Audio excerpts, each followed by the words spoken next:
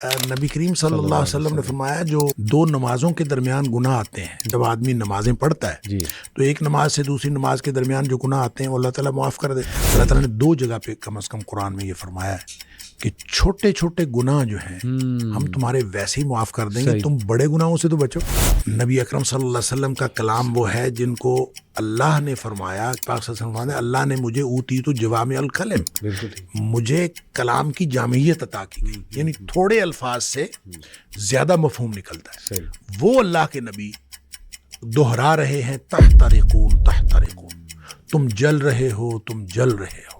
حتی اذا صلیتم الظہر غسلتها, تم ظہر کی نماز پڑھتے ہو اس کو دھو ڈالتی. رفع الاقلام عن ثلاث, تین قسم کے لوگوں سے قلم اٹھا لیا جاتا ہے. یہ پیوریفیکیشن کا نظام ہے, ایک تطہیر کا عمل ہے. اللہ تعالیٰ ہدایت دے ہمارے ان بہن بھائیوں کو جو نماز ہی نہیں پڑھ رہے, یعنی کتنا بڑا وہ رسک لے رہے ہیں. سبحان اللہ, ایک نماز مطلب 15 منٹ لگا لیں آپ, کیا 6-7% اتنے زبردست عمل کے لیے ہمارے پاس نہیں ہے. صحیح. اسلم یسلم, اسلام کا معنی ہوتا ہے اپنے آپ کو سبمٹ کر دے, جھک جاؤ اللہ پہ. یہ اصل میں کامل سپردگی ہے. بالکل ٹھیک, کمپلیٹ سبمیشن ہے. جزوی سپردگی بھی اللہ کو پسند نہیں ہے, اور سیزنل سپردگی بھی اللہ کو پسند نہیں ہے. سیزنل, یہ اچھا ورڈ یوز کیا. سیزنل مسلمان, رمضان مسلمان یا جمعہ مسلمان. ان احب الاعمال ادومها وان قل, اللہ کو بہترین جو عمل پسند ہیں وہ ہیں جو ہمیشہ کیے جائیں چاہے تھوڑے ہوں. الاسلام یہدم من ما کان قبلہ, اسلام انسان قبول کر لیتا ہے تو پہلے کے سارے گناہ وہ ویسے معاف ہو جاتے ہیں. اصل مہاجر وہ ہے جو اللہ کی منع کردہ چیزوں کو چھوڑ دیتا ہے. کہ جو لوگ توبہ کرتے ہیں الا من تاب وآمن وعمل عملا صالحا, جو واپس آ گیا اور اس نے ایمان قبول کیا, وعمل عملا صالحا, اور اس نے نیک عمل کیے, اس کے صرف گناہ معاف نہیں ہوتے بلکہ فرمایا اولئک یبدل اللہ سیئاتہم حسنات, ان کے گناہوں کو اللہ تعالیٰ نیکیوں میں تبدیل کر دیتا ہے. ان اللہ یغفر الذنوب جميعا, وہ سارے کے سارے گناہ معاف کر دیتا ہے. اور پھر یہ فرما دیا نبی پاک صلی اللہ علیہ وسلم نے, التائب من الذنب کمن لا ذنب له, توبہ کرنے والا گناہ سے توبہ کرنے والا ایسا ہے جیسے اس نے گناہ کیا ہی نہیں.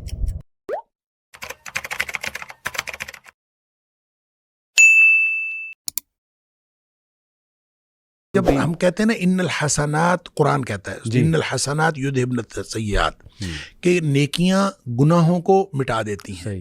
تو اس نیکیوں سے مراد یہ نہیں ہے کہ صرف نمازیں پڑھنا وہ مٹا دیتا ہے. آپ دیکھیں صلاۃ التوبہ پڑھیں, 2 رکعت توبہ کی نماز پڑھیں اور اللہ تعالیٰ سے معافی مانگیں, یہ بھی طریقہ ہے. لیکن نیکیاں وہ ہیں جو آپ ساری دنیا سے جو آپ کی زندگی کے اندر انوالو ہے سب سے نیکی کرتے ہیں. اس میں حقوق اللہ والی نیکیاں بھی شامل ہیں, اس میں حقوق العباد والی نیکیاں بھی شامل ہیں. جب وہ نیکیاں کریں گے تو آپ سمجھ لیں کہ توبہ اس کے ساتھ جڑی ہوئی ہے. اب آپ ان نیکیوں کے ساتھ توبہ جڑی ہے, نیکیاں کرنا شروع کر دیں تو خود بخود جو ہے وہ جو 99 قتلوں والی حدیث ہے اس میں بھی تو یہی کہا گیا, فاعبد اللہ معہم, جا کے ان کے ساتھ بندگی شروع کر دے. کوئی نہ تو چلا کاٹنے کے لیے کہا گیا, نہ اس کے لیے کوئی خاص جا کے کہا کہ ان کے ساتھ جا کے بندگی شروع کر دے. تو گویا اللہ کی بندگی میں حقوق اللہ بھی آتے ہیں, حقوق العباد بھی آتے ہیں. تو جب وہ انسان وہ کرنا شروع کر دیتا ہے تو اس سے گناہ معاف ہوتے ہیں. شیخ, ایک اور واقعہ ہمیں ملتا ہے کہ ایک شخص نبی صلی اللہ علیہ وسلم کی محفل میں آئے, صحابی کہنا مناسب ہوگا نہیں کہ وہ ظاہر مسلمان ہی تھے, انہوں نے یہ کہا کہ میں نے ایک گناہ کیا ہے, اور اگر مجھے صحیح سے یاد آ رہا ہے حدیث میں غالباً یہ ہے کہ آئی کسڈ اے وومن, اس طرح کے الفاظ ہیں. تو انہیں صحابی ہی کہیں گے. جی بالکل صحابی ہیں. تو نبی صلی اللہ علیہ وسلم خاموش ہو گئے غالباً, اس کے بعد نماز پڑھی گئی, اور نماز کے بعد واقعے میں آتا ہے کہ آیت نازل ہوئی اور نبی صلی اللہ علیہ وسلم نے اس کو یہ بشارت دی کہ آپ کا گناہ اللہ نے معاف فرما دیا. ایسا کچھ ہے نہیں, وہ حدیث بالکل واقعہ ہے, اور لیکن اس میں ایسا ہے کہ اس نے اپنے گناہ کا ذکر کیا. ٹھیک ہے, کہ میں اس طرح کا گناہ کر بیٹھا ہوں. تو نبی پاک صلی اللہ علیہ وسلم اس سے پوچھا کہ ہمارے ساتھ نماز پڑھی ہے؟ ٹھیک. اس نے کہا جی پڑھی ہے. آپ فرمایا جا تیرا گناہ معاف. اللہ اکبر, اللہ اکبر, سبحان اللہ. تو اس کے لیے نبی کریم صلی اللہ علیہ وسلم نے فرمایا جو 2 نمازوں کے درمیان گناہ آتے ہیں جب آدمی نمازیں پڑھتا ہے تو ایک نماز سے دوسری نماز کے درمیان جو گناہ آتے ہیں وہ اللہ تعالیٰ معاف کر دیتا ہے. صحیح. دیکھیں, پیوریفیکیشن کا ایک سسٹم ہے. صحیح. نماز بھی پیوریفیکیشن کا نظام ہے. بالکل ٹھیک. رمضان سے رمضان تک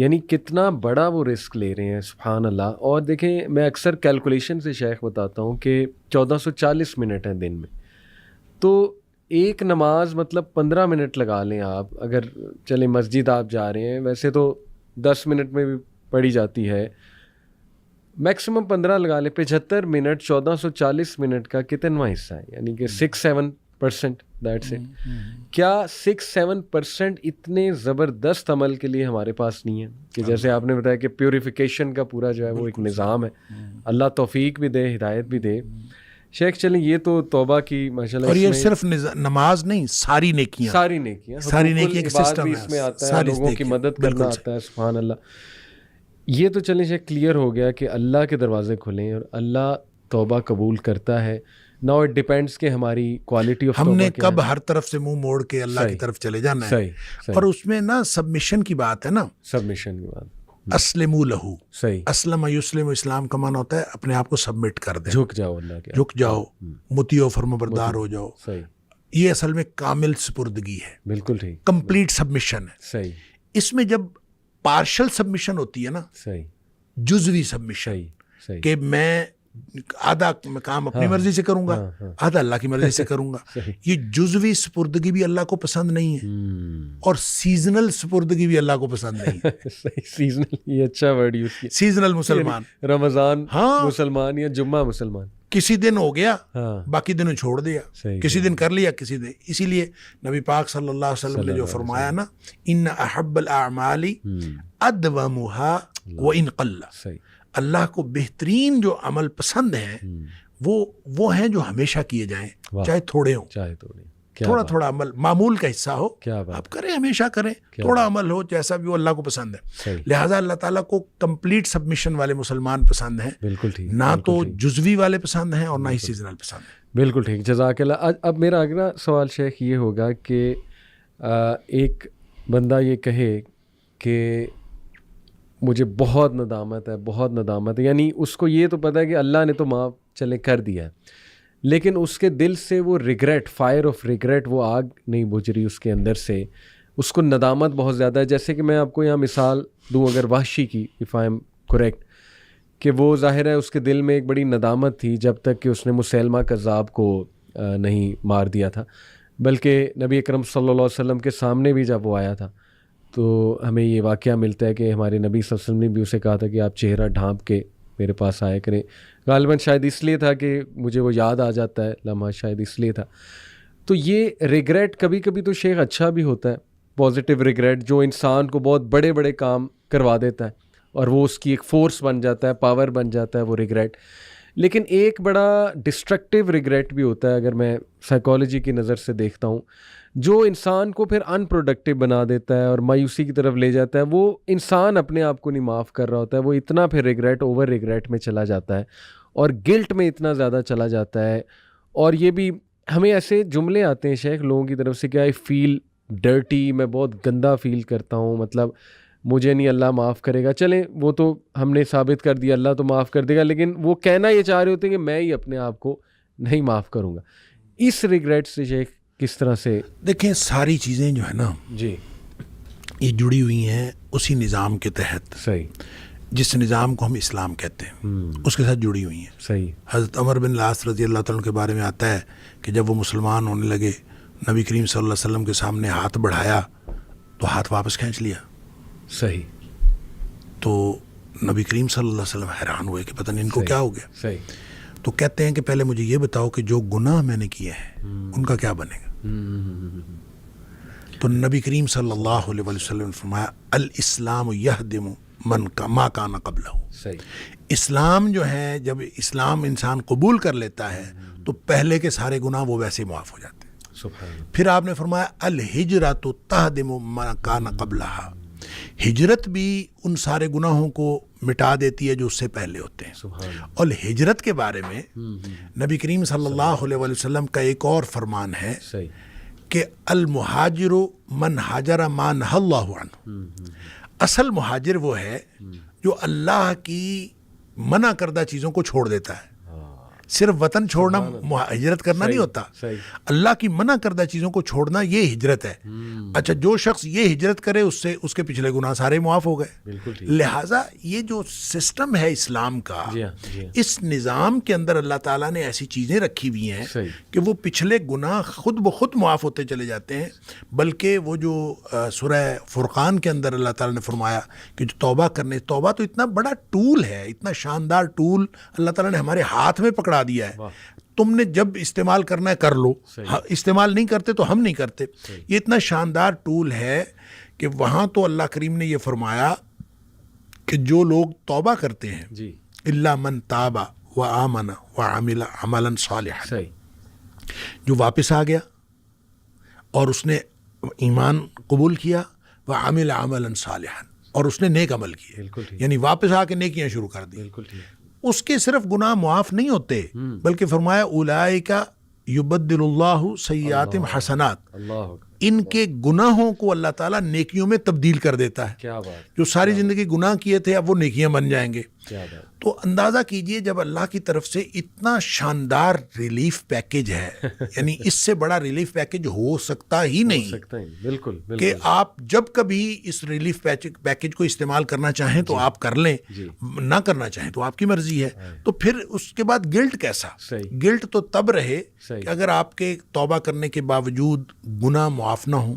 اگر آپ کے توبہ کرنے کے باوجود جب اللہ تعالیٰ گناہ معاف کر دیتا ہے, ان اللہ یغفر الذنوب جمیعا, وہ سارے کے سارے گناہ معاف کر دیتا ہے.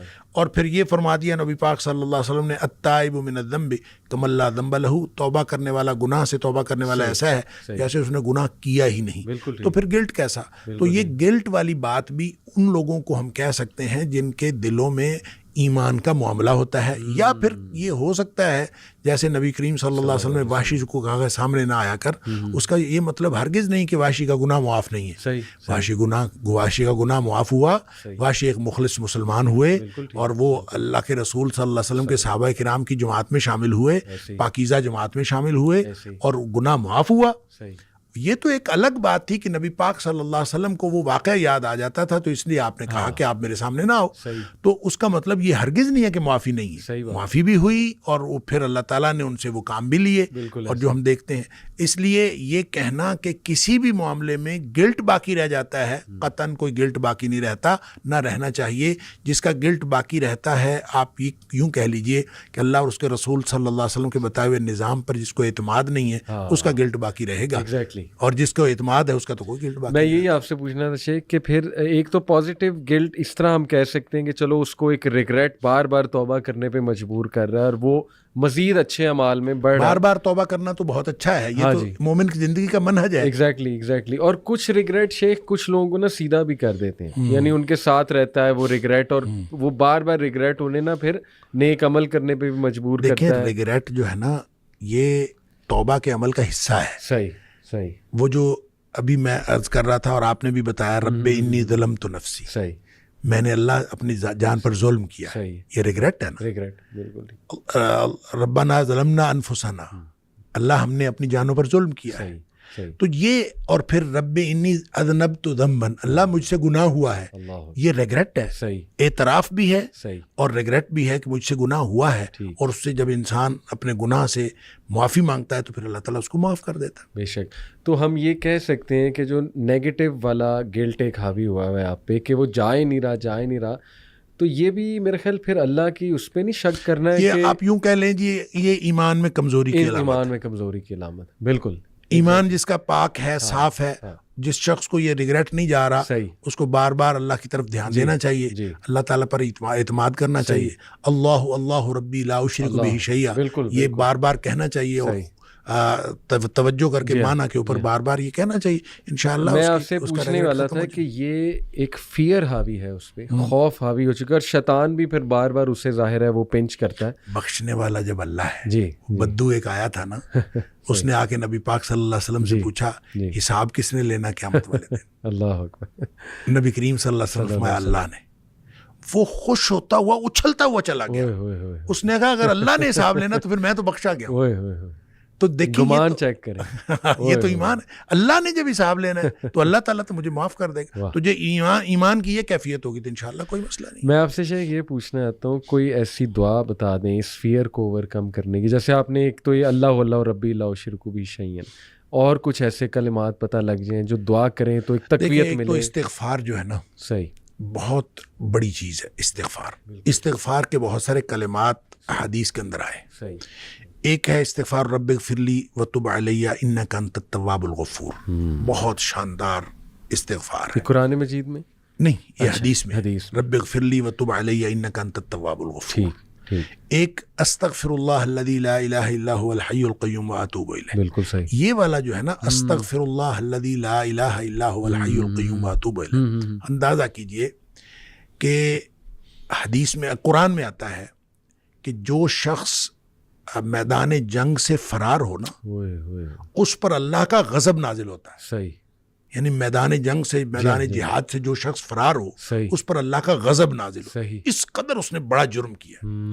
نبی کریم صلی اللہ علیہ وسلم فرماتے ہیں کہ جو شخص سوچ سمجھ کر 3 دفعہ یہ پڑھ لے استغفر اللہ الذی لا الہ الا هو الحی القیوم واتوب الیہ, 3 دفعہ سوچ سمجھ کے پڑھ لے, نبی پاک صلی اللہ علیہ وسلم نے فرمایا اللہ تعالیٰ اس کے سارے گناہ معاف کر دیتا ہے, چاہے وہ میدان جہاد سے فرار ہوا ہو. اللہ, اب اندازہ کریں پیچھے بات کیا رہ گئی. اللہ, یعنی اتنا بڑا اگر گناہ اس سے سرزد ہوا ہے اور وہ اللہ سے معافی مانگتا ہے استغفر اللہ الذی لا الہ الا هو الحی القیوم واتوب الیہ, 3 دفعہ یہ کہتا ہے تو اللہ تعالیٰ اس کے سارے گناہ معاف کر دیتا ہے. پھر حدیث میں آتا ہے کہ سبحان اللہ و بحمدہ, جو شخص یہ 100 دفعہ پڑھتا ہے سبحان اللہ و بحمدہ, بس اتنا, اور اللہ تعالیٰ اس کے گناہ معاف کر دیتا ہے چاہے سمندر کی جھاگ کے برابر ہو. یعنی جتنے بھی گناہ ہیں اللہ تعالیٰ معاف کر دیتا ہے. تو یہ اسی طرح جو اللہم اجرنی من النار ہے, یہ 7 دفعہ اگر کوئی شخص صبح کے وقت پڑھ لے, 7 دفعہ شام کے وقت پڑھ لے, اگر اس دن میں اور اس رات میں اس کی موت آ جائے اللہ تعالیٰ جنت عطا فرما دے گا. پھر سید الاستغفار ہے, یہ تو میں سمجھتا ہوں شارٹ کٹس ہیں.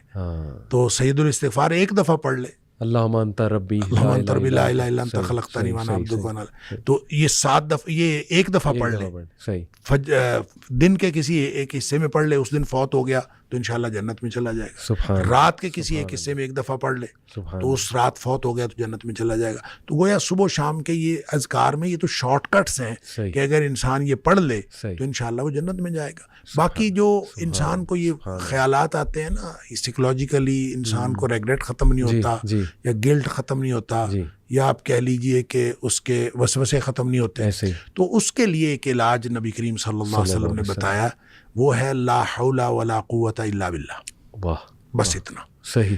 اور اس کو اگر 100 دفعہ کوئی شخص پڑھ لے, لا حول ولا قوت الا باللہ. صحیح. لیکن پڑھنا کیسے ہے؟ پڑھنا اس طرح نہیں ہے کہ آپ بس پڑھتے جائیں. یہ ہے کیا لا حول ولا قوت الا باللہ, اصل میں کیا ہے؟ حول کا معنی بھی قوت ہے اور قوت کا معنی بھی قوت ہے. لا حول ولا قوت, یوں کہہ لیجئے نہ کوئی اجتماعی طاقت نہ کوئی انفرادی طاقت الا باللہ, سوائے اللہ کے. یا نہ گناہ چھوڑنے کی طاقت نہ نیکی کرنے کی طاقت الا باللہ. یعنی یا تو ایک کو پازیٹیو بنا لے, ایک کو نیگیٹو بنا لے, یا ایک کو اجتماعی ایک کو انفرادی. اب اللہ کے سامنے اس کو اپنا مسئلہ سمجھ کے نا, اپنا جو بھی مسئلہ ہے وہ سوچے اور سوچ کے اپنے اللہ کے سپرد کر دے. یا اللہ میری تو کوئی طاقت نہیں, نہ انفرادی نہ اجتماعی, الا باللہ. ہاں تو عطا فرمائے طاقت تو ہو سکتی ہے. یوں میں اس کو کہتا ہوں یہ بے بسی کا کلمہ ہے. بے بس آدمی اپنے اللہ کے سامنے بے بسی کا اظہار کرے اس کلمے کے ذریعے. صحیح. تو پھر یہ نبی پاک صلی اللہ علیہ وسلم نے فرمایا, جس شخص نے کہا تھا نا مجھے وسوسے آتے ہیں, آپ نے فرمایا لا حول ولا قوت الا باللہ پڑھا کر, تیرے وسوسے بھی ختم ہو جائیں گے اور اس کے علاوہ اللہ تعالیٰ تیرے 100 مسئلے حل کر دے گا. آپ اندازہ کریں ایک شخص کے 100 مسئلے ہوتے نہیں ہیں, 2 نہیں تو 4, 4 نہیں تو 6, 6 نہیں تو 8, اس سے زیادہ مسئلے تو کسی کے ہوتے ہی نہیں. تو لا حول ولا قوت الا باللہ پڑھنے سے وسوسے بھی دور ہو جاتے ہیں, اور اس کے علاوہ اور وسوسے, جب حدیث میں اس کا لفظ وسوسے آتا ہے تو میں اس کا سمجھتا ہوں کہ اس سے مراد سائیکولوجیکل پرابلمز ہیں. تو جتنے سائیکولوجیکل پرابلمز ہیں وہ اس سے حل ہو جاتے ہیں. تو اللہ کا ذکر ہر اعتبار سے بہترین ہے, لیکن بعض تو بالکل ایسے ہیں جیسے وہ تیر بہدف ہیں. کیا بات. اور یہ شیخ اس کو جنت کے خزانوں میں سے بھی بالکل اس کو لا حول ولا قوت الا باللہ اس کو نبی اکرم صلی اللہ علیہ وسلم نے جنت کے خزانوں میں سے خزانہ بھی قرار دیا.